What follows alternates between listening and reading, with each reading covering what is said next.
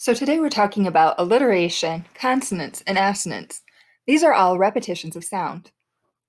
We need to know the difference between consonants and vowels.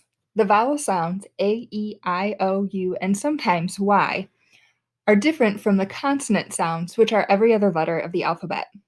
Alliteration is the repetition of consonant sounds at the beginnings of words and accented syllables. Beginning is an important part here because this separates alliteration from consonants. This is not necessarily the repetition of letters, because some letters have different sounds. For example, giraffe and grape both start with G, but they have a different sound. The same is true for phone, part, clock, certain, daintily, and dragon. Look at some of these sentences. Crazy kittens quit climbing the clock tower.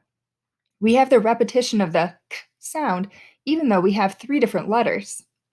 The czar zipped the case to a xylophone.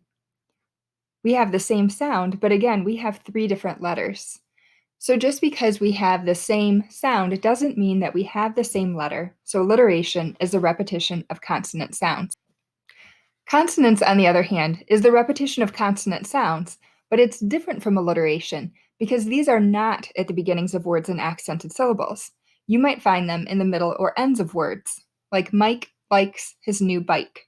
We have the repetition of the k sound, but it's not at the beginning of the word. Toss the glass, boss. We have that repetition of the s sound. It will creep and beep while you sleep. We have that repetition of the p sound. And notice I'm not saying p because that's the letter, it's the p sound.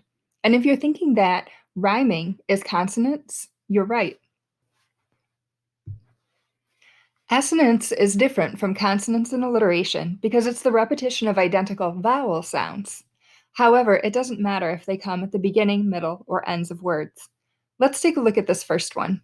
A unicorn named Eustace used U to get through customs. We can hear that U frequently. However, I crossed out the U in customs because that has an sound that we see in the second sentence. Unruly unicorns upended urns of ultramarine umbrellas. And I crossed out the U in unicorns because that has the long vowel sound. So it's the repetition of a letter, but it doesn't fit the assonance pattern because it's not the repetition of the sound. We use this to create a flow, a musical effect in writing, and connect ideas together. It can also create mood. Letters like M, L, R, and N are fluid because you can carry those out. However, sounds like k, p, d, t, and b are harsher sounds because they are called plosives. They're quick sounds that cannot be carried out. It's used to entertain and to make ideas memorable.